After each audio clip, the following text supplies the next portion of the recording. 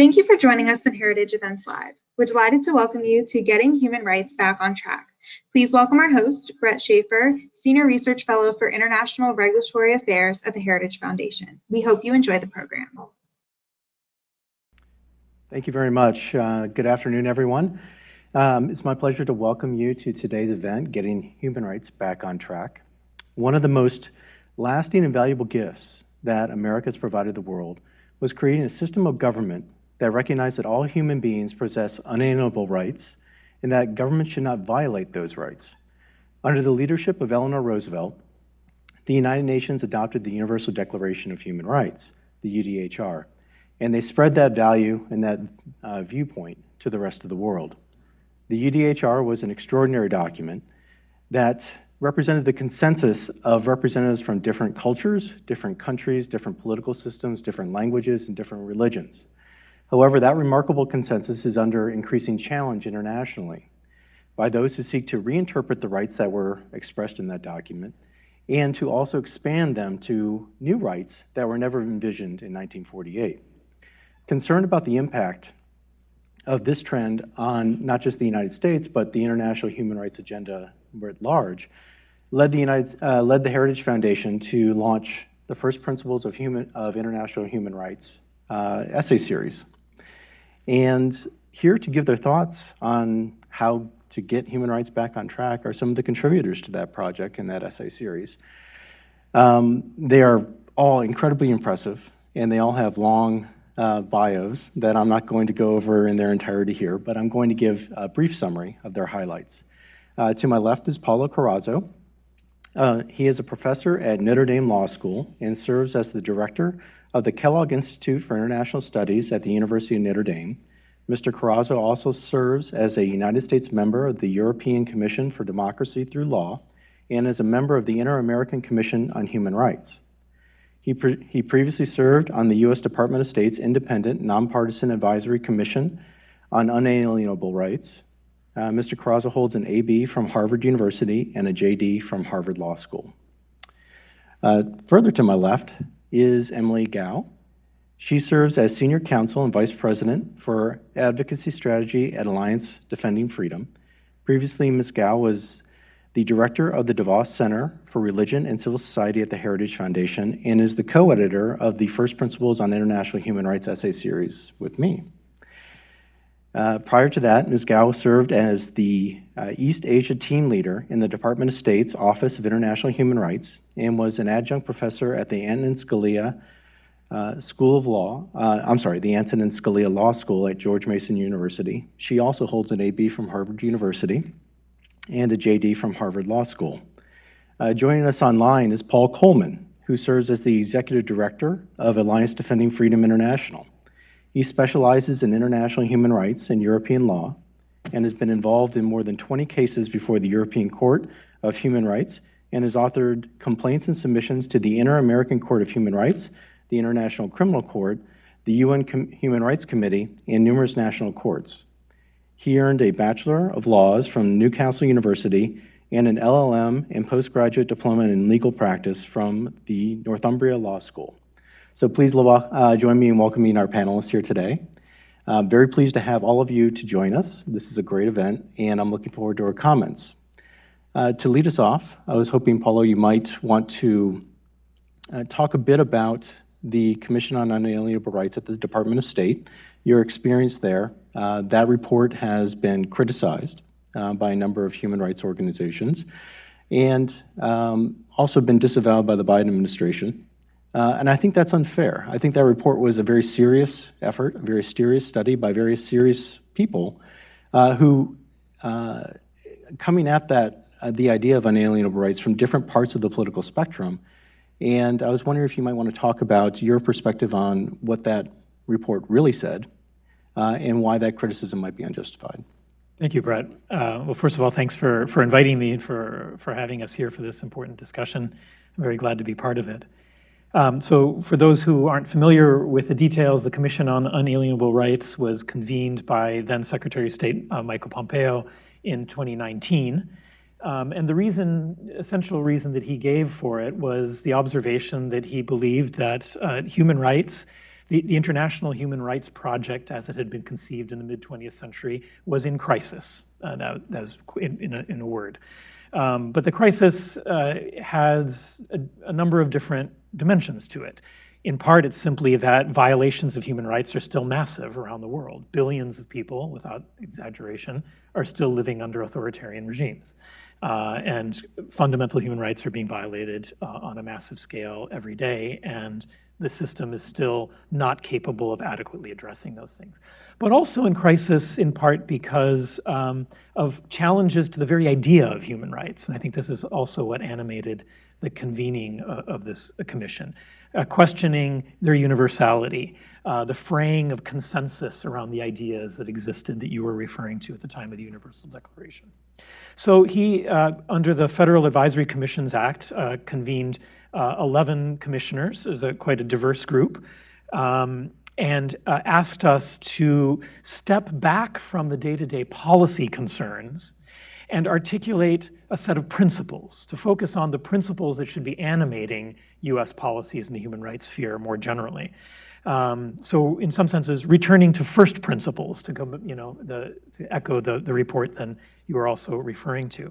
And even more specifically, the mandate was to try to ground those principles in the founding constitutional principles of the US system, as well as in the principles of the Universal Declaration of Human Rights, to which the United States had contributed to and committed itself to in the mid-20th century. The report, we met over 2019, 2020, convened public hearings, a variety of different scholars, activists across the ideological spectrum contributed to that discussion. We had to get through the beginning of the pandemic, which wasn't easy, of course, for everybody, but managed in the summer of 2020 to issue a final report. And yes, there was a great deal of controversy and criticism around it. Letters of protest, attacks in the media, even lawsuits that were filed to try to enjoin the commission from meeting and from doing its work. And I think there were various reasons for those attacks. Most of them, I'll be quite honest, I think reveal more about the critics than about the commission itself or the report, because many of them were attacking a straw man, a report that didn't exist, but was projected to exist. In part, I think the criticism, let's be honest, simply was generated by the fact that it was during the administration of Donald Trump. And so anything was going to be subject to media criticism and ideological opposition. I think there was some concern that an independent commission like this that was outside of the bureaucratic apparatus of the State Department might in some ways be threatening to the permanent staff and experts and professionals. I think that was a concern that we allayed because we worked very closely with them, in fact. I think there was some concern that the work might be threatening to, you could say, a certain kind of orthodox NGO human rights establishment that I think implicitly claims a certain kind of ownership over the idea and practice of human rights. So to have all these people coming in from outside of that world was somehow considered to be inappropriate or not in sync with the mainstream, right? But I think even more important, something that I think is critical to our discussion as a whole today, is that even beyond the commission's work, I've often observed that serious criticism, critical engagement of the human rights enterprise is often received as a rejection of the idea of human rights, as an opposition to that idea.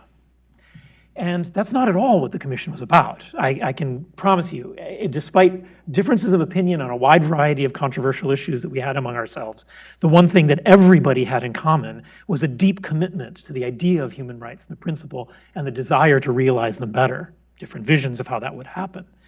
So it wasn't an anti-human rights project, but I think that's a large extent to how it was received. And finally, I would say, much of it was simply, well, to be quite frank, what the commission was going to say was criticized by its critics even before the commission ever met. This is a fact. You can read it in the news, right? We had never, ever met, and there were already reports about what the commission was going to say in its conclusions a year from then, right? We didn't say those things in our conclusions, and nevertheless, when the report came out, it was criticized for saying the things that people said we were going to say that we didn't say, all right? So it's a little bit frustrating. It is essentially, I'll be honest, I think the core problem is that I don't think people actually read the report. Right? I might go so far as to say I wonder whether Secretary Blinken read the report. In his first first speech on human rights policy, he directly repudiated, that was his word, the commission's work and everything that it said. And the grounds for his repudiation echoed criticisms of points that allegedly the report says that it doesn't say, manifestly. And conversely, when he went on to outline the principal points of his human rights policy, 9 or 10 of the dozen points that he articulated were completely consonant with the recommendations of the report, and yet it was repudiated. So I would simply encourage everybody listening, anybody who you talk to, read it. Read it with an open mind, read it fairly. It's a complicated, long, sophisticated report. A lot of different voices and expertise went into it. It's not perfect. No such report ever is. It's open to criticism, but it's worth engaging substantively. There are good, important ideas in it that merit consideration as we contemplate the future of U.S. policy and human rights. Thank you very much. And I mean, just on the face of it, because the commission did have members who are on the left side of the political spectrum, they wouldn't have signed on to a report that said the things that is often criticized of saying. This is a consensus document that I think, again, is very serious. And again, I echo your sentiments. Read the report and come to your own conclusions. Emily, I was wondering, not wondering, I know. When we were contemplating our own project here, the First Principles on International Human Rights essay series, we were doing it at the same time, obviously, in retrospect, that the State Department was contemplating their own Commission on Unalienable Rights. And I think it was motivated by a lot of the same concerns. And I was wondering if you might give the audience here some idea about what motivated our initial project and why we decided to go with the essay series, and then go over some of the conclusions and discussion that the authors provided.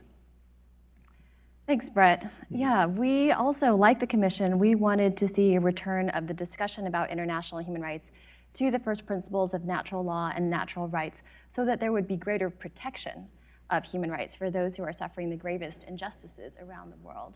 And that's why we convened this series of essays. So just briefly, I want to say, what are unalienable rights? Well, when Professor Robert George spoke here in 2019 about international religious freedom, he talked about how inalienable rights are the rights that we have simply because we're human. That's the concept of human dignity in international human rights law. And then they are pre-political. They are not a grant from the government or dependent on the government. And then third, they belong to all of us. It doesn't matter, whether you're male or female, whether you're young or old, what country you live in, whether you're rich or poor. They belong to all of us. And we wanted to get back to an understanding of what unalienable human rights are, and look at how the current discussion about human rights aligns or does not align with the understanding of unalienable human rights. Professor George challenged us to do philosophy in order to determine what human rights are and what human rights there are. And so that's why we reached out to experts like Paolo and the other experts like Paul who have written the essays here, to ask them to speak about particular human rights. You'll see essays on the right to life, religious freedom, freedom of expression, equality and non-discrimination, and reflections on collective human rights, reflections on sovereignty, and reflection on human dignity, and how all of that, in the current international human rights discussion, how all of that squares with unalienable human rights. So in this essay series, you'll see discussion about natural law and natural rights. You'll also see a discussion of the diplomatic history at the UN. How has this discussion changed over time? And then finally, you'll see a lot of information about the attempts to add new rights or to change the understanding of internationally recognized human rights. So there's a lot more that I could say about some of the challenges. Just briefly, I'll say that the new types of rights that are being proposed now, they often have the nature of being collective rights. So one example is the right that has been proposed by the Organization of Islamic Cooperation for many years. That's the right for Islam not to be defamed, the defamation of religions concept. And that's not an individual right, and it's very unlike what is protected in the Universal Declaration of Human Rights, which is the freedom of every individual to seek the truth, to adopt a religious belief, change that religious belief, manifest that religious belief. That, of course, applies to Muslims, Christians, Jews, atheists, and agnostics.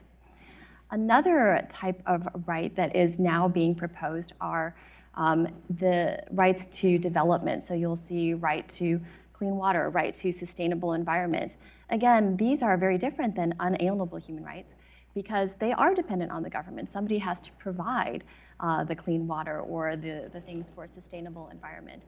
And it often involves a discussion of redistribution of wealth. And then the third type of challenge comes from the attempt to make certain cultural values into human rights. And we see that particularly with the assertion that there should be new categories of sexual orientation and gender identity put into the non-discrimination provisions of international human rights law. And that, of course, creates conflicts with religious freedom, freedom of speech, and parental rights. So to wrap up, what the scholars found, I'll just list some of their recommendations. They recommended that we have the treaty bodies at the United Nations held much more accountable to their mandates, which come from the UN General Assembly. One of the authors, Tom Finnegan, who wrote about the right to life, he specifically calls on nation states, members of the UN, like the United States, to make sure that they actively express their opposition to new interpretations of treaties that come from the UN treaty bodies. He made that recommendation in the context of how there is now an attempt to assert a right to abortion within the right to life. But that recommendation applies to all of the unalienable human rights. A second recommendation came from Professor Jeremy Rabkin. He wrote about sovereignty, US sovereignty, and international human rights law. He pointed out why this matters so much to Americans, this discussion of international human rights law, because while the US has signed on to treaties and ratified them through the Senate, there are also attempts to bring international human rights law into discussions of interpretation of US law, including the Constitution. And that can happen either through customary international law, or it can happen through what he describes as the back court of the Supreme Court. And we've already seen in 2 Supreme Court decisions that some justices are citing to international law to interpret the US Constitution. And so he recommends that Congress have greater oversight on this issue.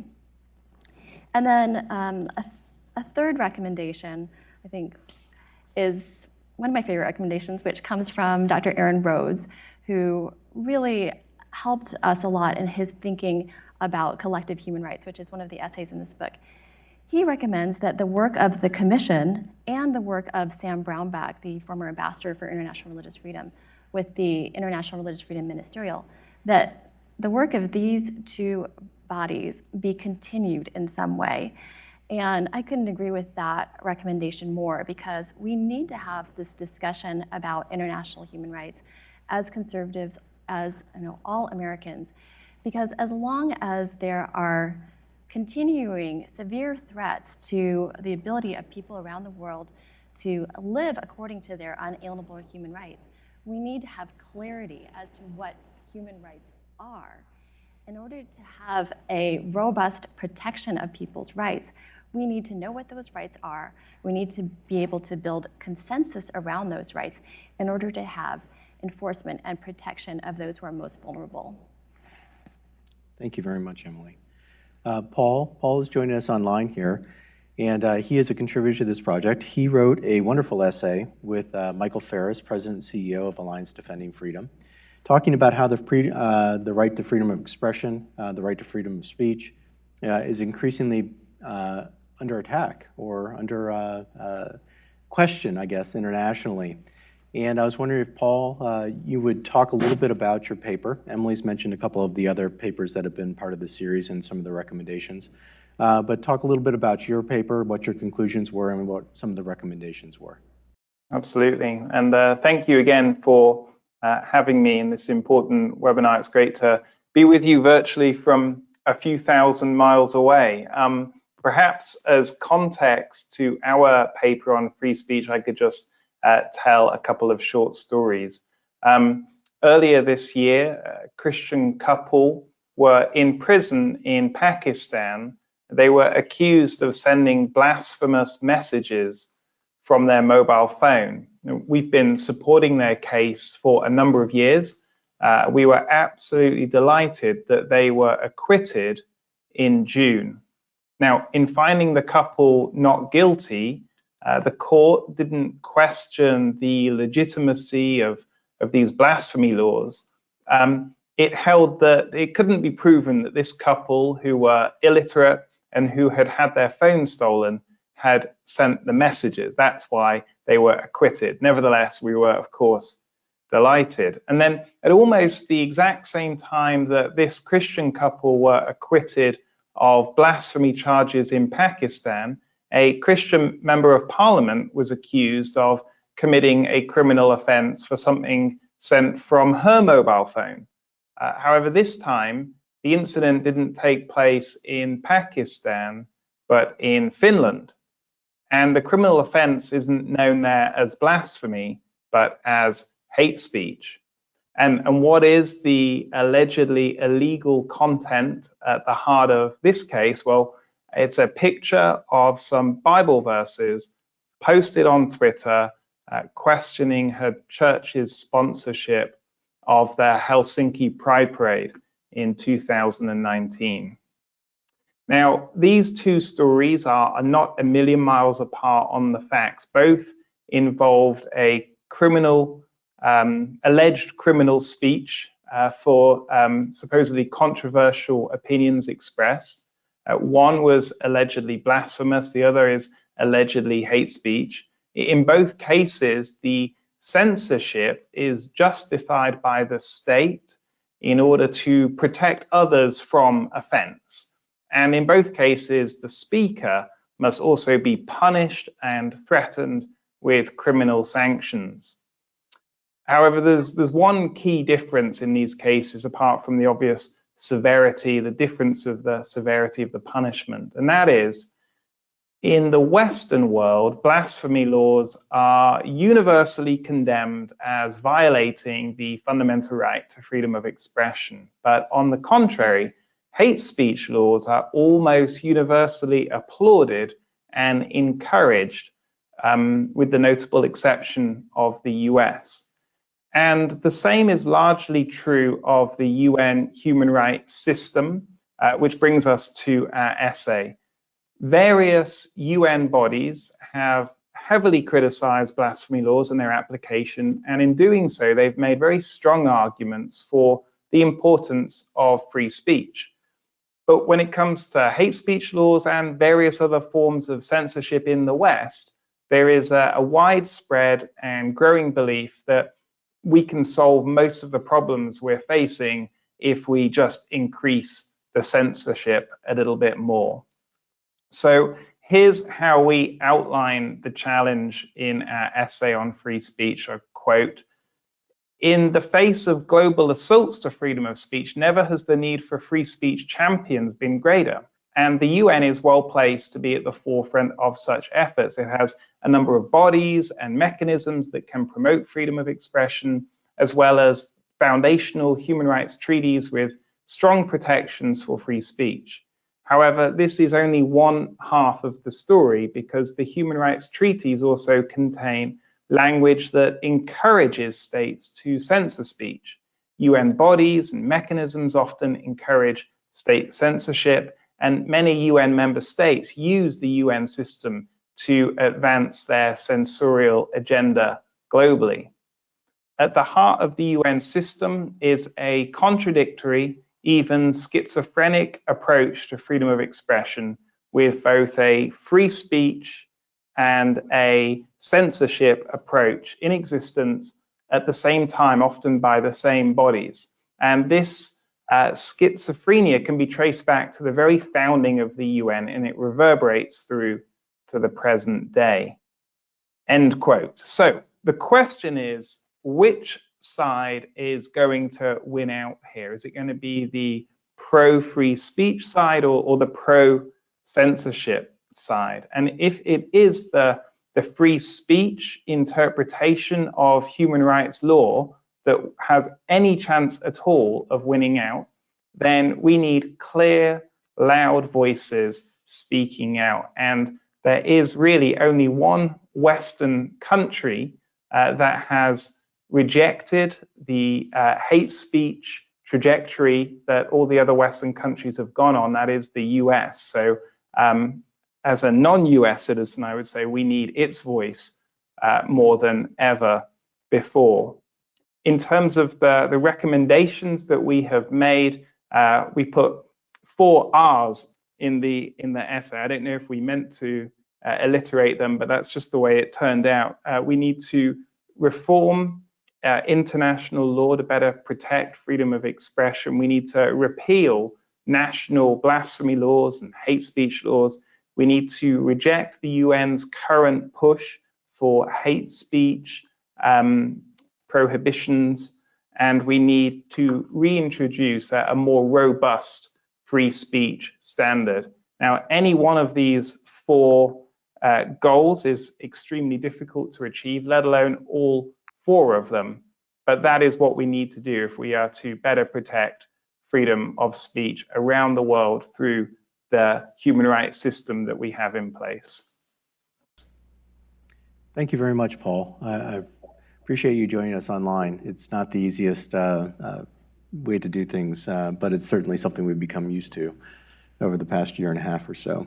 Paula, I was wondering if you might give a few comments about your contribution to our essay series on human dignity and the foundation of human rights, and then we'll turn to audience Q&A after that.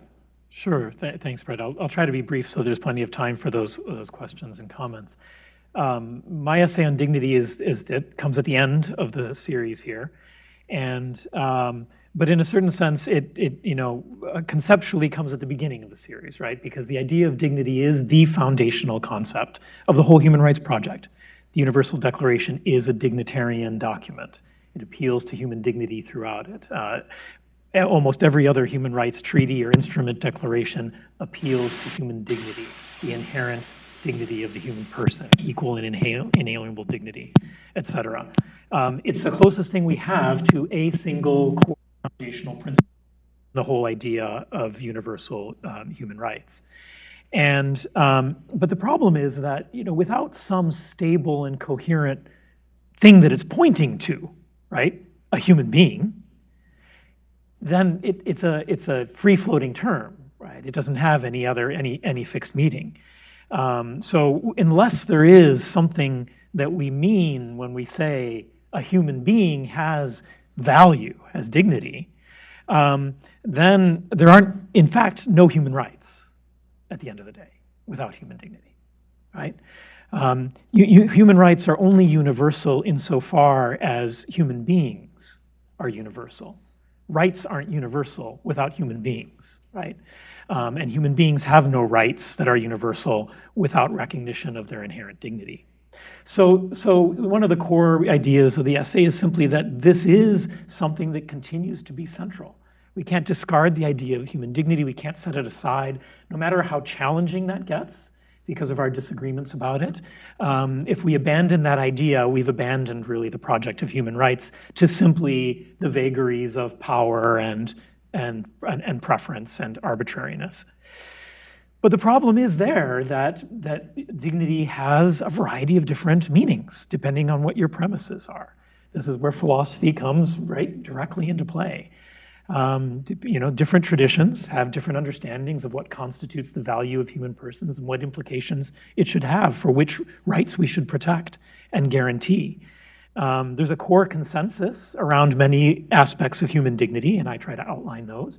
There are other areas, especially as we get closer to questions, controverted areas of autonomy and individual human freedom, where there are very sharp differences across religious, ethical, ideological, political traditions. Now, this isn't new. This was true in 1948 as well, when the Universal Declaration was drafted, right? That's not something that, I mean, we're particularly conscious of it today, maybe because the differences have become so sharp, but it's a problem that the drafters were familiar with and wrestled with. What they did was they tried to arrive at a practical consensus around what rights we could agree to protect, even though we might not arrive at those rights from entirely the same theoretical premises regarding human dignity, right? That practical consensus was never meant to be the end point of the discussion, though. It was meant to be the beginning of the discussion, right? Jacques Maritain, one of the philosophers who was involved in it, a Catholic natural law theorist, and people would ask him, how is it possible that you reached agreement with all these other people from such different traditions, atheists and Muslims? And he said, oh, yeah, we can agree on the rights as long as nobody asks us why, right? Okay. It's with the why that the disagreements begin.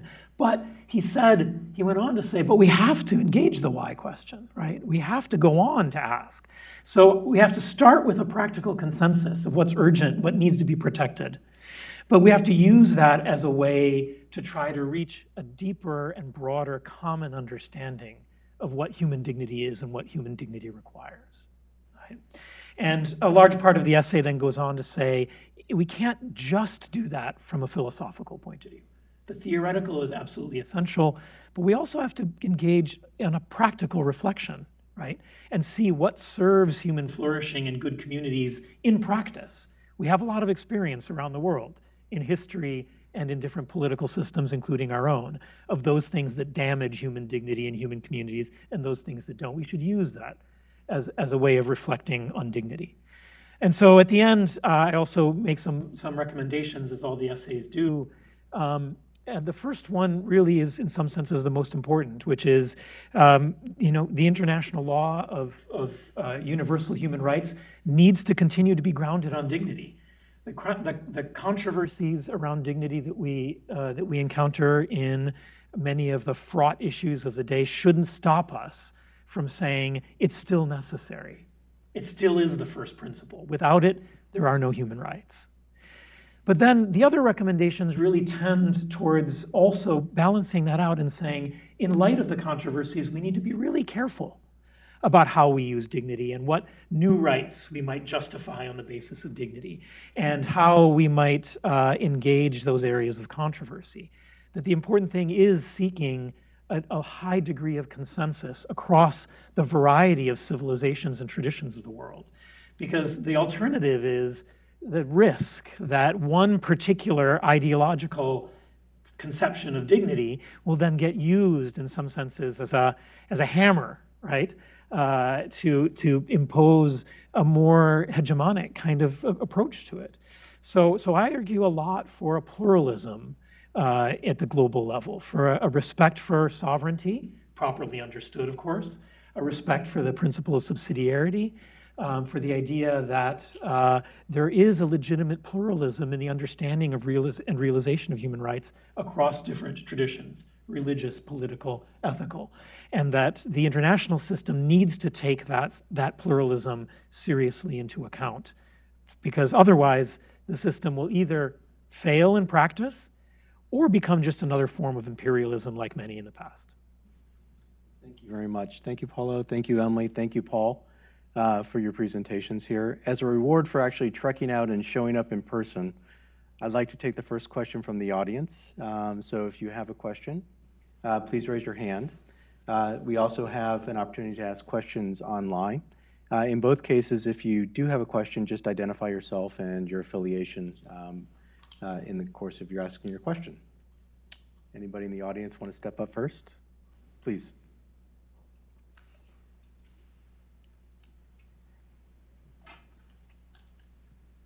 Thank you. Great, terrific discussion. Paulo, I'm just wondering if you could give us a couple of examples of things that were claimed the commission was going to say and criticized for that in fact it wasn't. You said in general, I'm just wondering, I'm trying to think, okay, what exactly was this? So sure, I can give you a few quick examples. One was that the commission was going to issue a report that was an attack on and an argument for retrogression on the achievement of rights in favor of women and the LGBTQI community and the constitutional right to obtain an abortion. Right?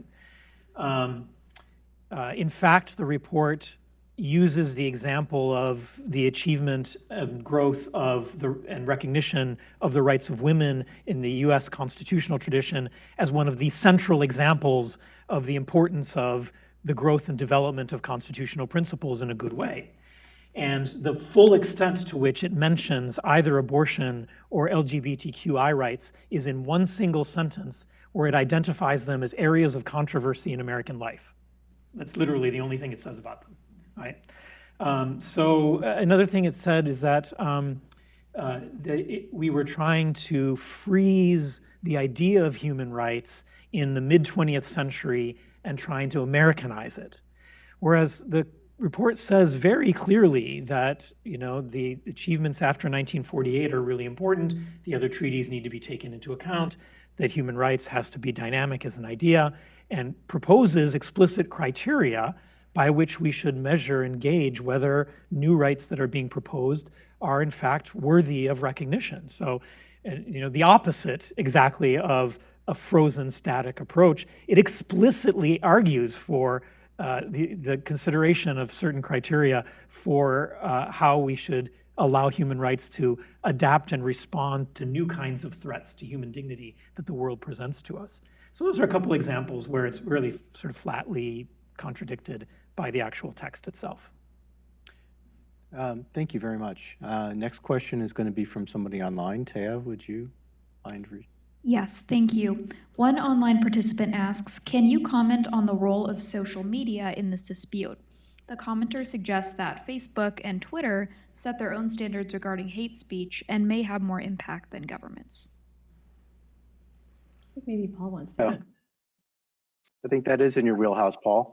Happy to jump in. I mean, it's a discussion for another day. But the challenge of the rise of big tech censorship is obviously very clear to all of us. We've seen that develop over the last 2-3 years in particular, and it is a great challenge in the great power that these companies now hold.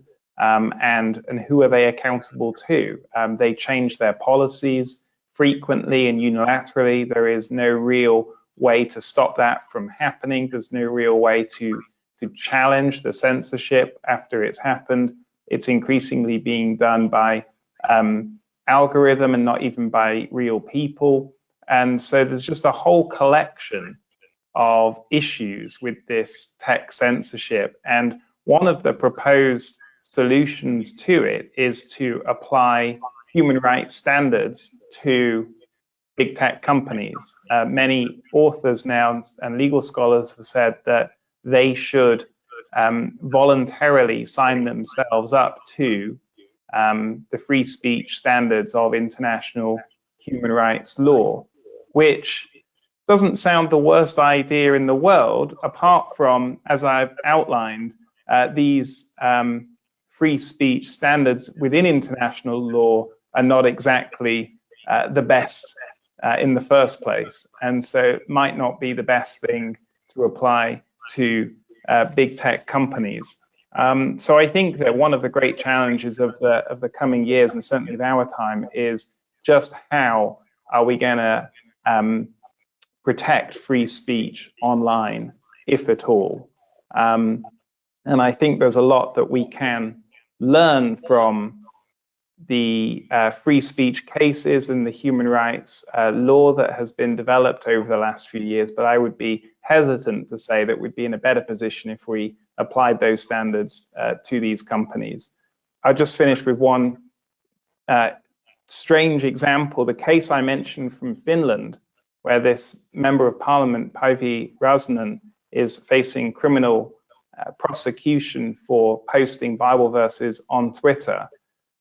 Viewers can go online and still read her post today because Twitter did not determine that it breached their free speech policy, but the general prosecutor of Finland has determined that this breaches their criminal law.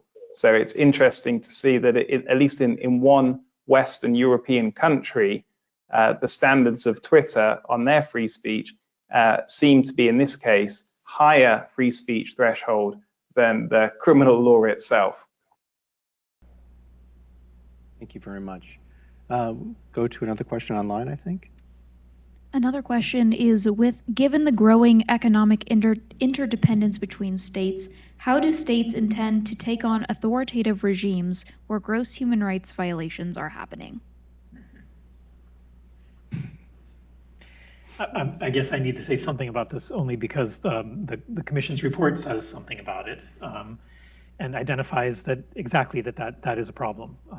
And I think it's fair to say, even across many other ideological differences here in Washington, there's a growingly broad realization of the grave threat that the People's Republic of China poses to human rights at a global scale, and that one of the most challenging aspects of responding to that is the existence of a variety of other foreign policy and national security concerns, economic ties, but also, alliances and other foreign policy concerns. Now, this is always a problem in human rights related to foreign policy. It has been ever since 1977, when President Carter first announced as a formal matter that human rights would be central to U.S. foreign policy. There are always, deep tensions and contradictions with other aspects of national interest. We have to accept that that's the case. It won't realistically be the case that human rights always trumps every other concern, right? There are prudential judgments that have to be made about when is it going to be effective to pursue a certain thing or not. Now, that said, given the centrality of the threat that China poses to human rights today, that problem and the economic dimensions of it, I think, are one of the most urgent and pressing issues that we need to be able to try to come to terms with as a nation. Do we have time for me to add something to that? Sure, absolutely. Well, I used to work on human rights in China when I was at the State Department. And one thing that happened repeatedly when I went to China and was participating in the U.S.-China human rights dialogue was that we would bring up cases of individuals who were being imprisoned and tortured for their religious beliefs.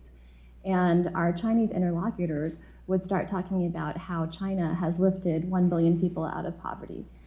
Now, it may be a very legitimate policy priority for a government to raise the well-being of the economic standards of their population, but that is not an unalienable human right. And we need to be able to distinguish between what is a policy priority that can be, decided on within a country that the government can pursue, and what is an unalienable right that all human beings everywhere have that the government cannot encroach upon.